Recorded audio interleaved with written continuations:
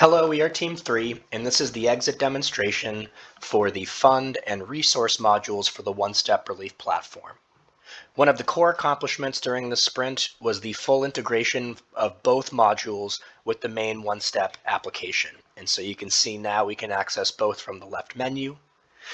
In particular, behind the scenes, this involved the removal of a framework called Redux from the resource module, which ultimately enabled us to fully integrate it with the app.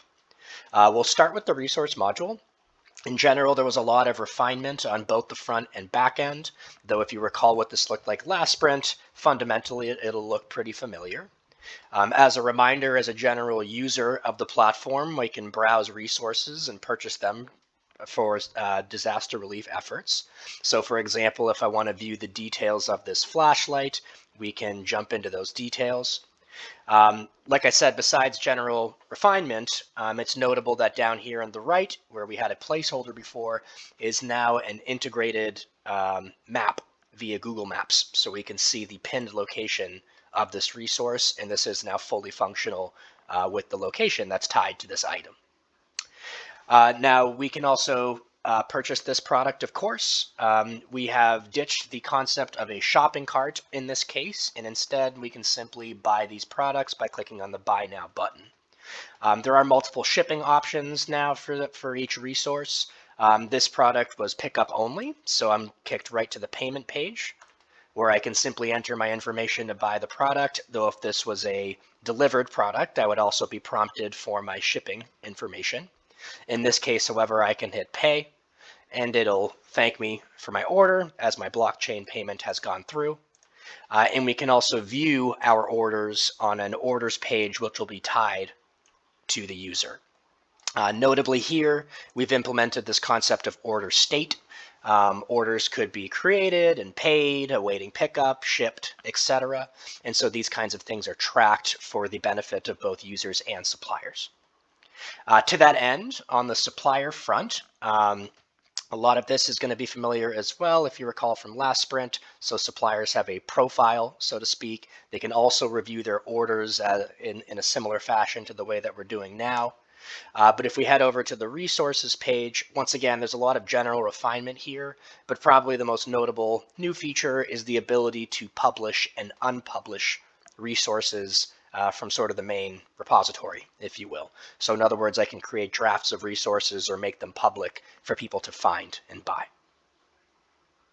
Shifting gears to the fund module, since we're in the main application, we can do that with a single click. We're greeted with a similar main page where we have a variety of funds that we can browse. In this case, it's notable that this page and the ability to make donations will be fully public, whether you're authenticated for one step or not. Once again, a fair amount of refinement here. In particular, you'll notice there's now a nifty status bar to see how far along the fund is. So for example, this fund has exceeded its goal. Others are on their way.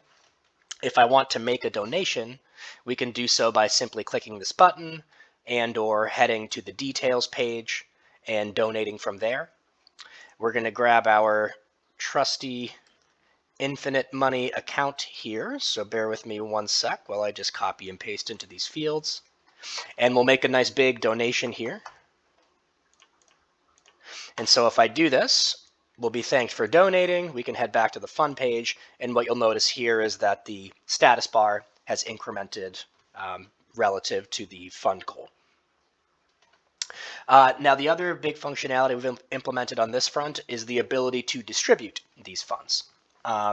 As we raise money, we of course want to spend that money for relief efforts. And so fund administrators can now come in here and use the money stored in escrow to pay suppliers or services or whatever, or to the community and so on. And so the idea here is we can enter a recipient, enter an amount, and distribute those funds, all handled through the Crowdfund UI. Last but not least, we now have the ability to manage and update funds in the Crowdfund platform. So if we head to this manage page, the idea is that some fields tied to a fund are immutable. So for example, we cannot change the project or the organization that is associated with the fund on the fly, nor can we change the start date for record-keeping purposes, but we can change details like its name, description, we can push the end date out further, and so on. Notably here, somewhat similar to the resource module, we've implemented a state and a visibility, which allows us to do things like track whether a fund is in progress based on the start and end dates, and also decide whether funds are publicly available to access and donate to.